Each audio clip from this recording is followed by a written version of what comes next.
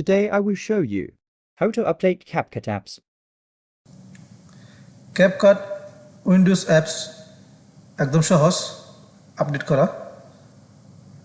আপনি আপনার ডেস্কটপ থেকে হোক ল্যাপটপ থেকে হোক CapCut অ্যাপসটি ওপেন করে নেবেন।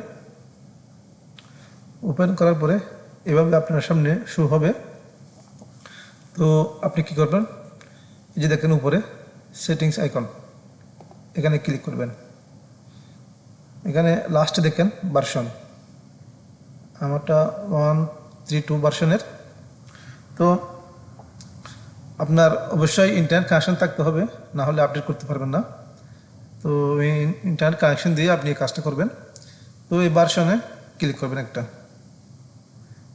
ভার্সনে ক্লিক করার পরে দেখেন এখানে দেখাচ্ছে কি ট্রাই বেটা test version to enjoy the new future. তো আপনি যদি এখন আপডেট করেন আপনি কিছু নিউ ফিউচার পাবেন যে এডিট করার সময় আগের থেকে। তো আমরা কি করব, এই চেক ফর আপডেটস এটা ক্লিক করব। একটু সময় নেবে, দেখেন আরেকটা উইন্ডোজ ওপেন হয়ে গেছে।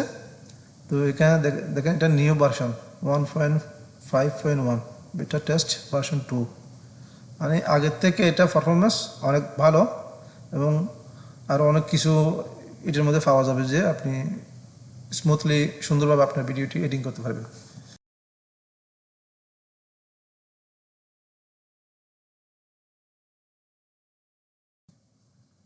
তো আপনি খুব সহজে আপনার CapCut অ্যাপসটি আপডেট করে নিতে পারবেন। যে এখানে নিচে দেখেন ইনস্টল নাও, এখানে একটি ক্লিক দিবেন।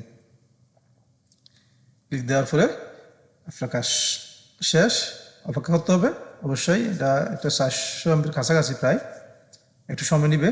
ইন্টারনেট স্পিড থাকতে হবে, না হলে কাজ করতে পারবেন না।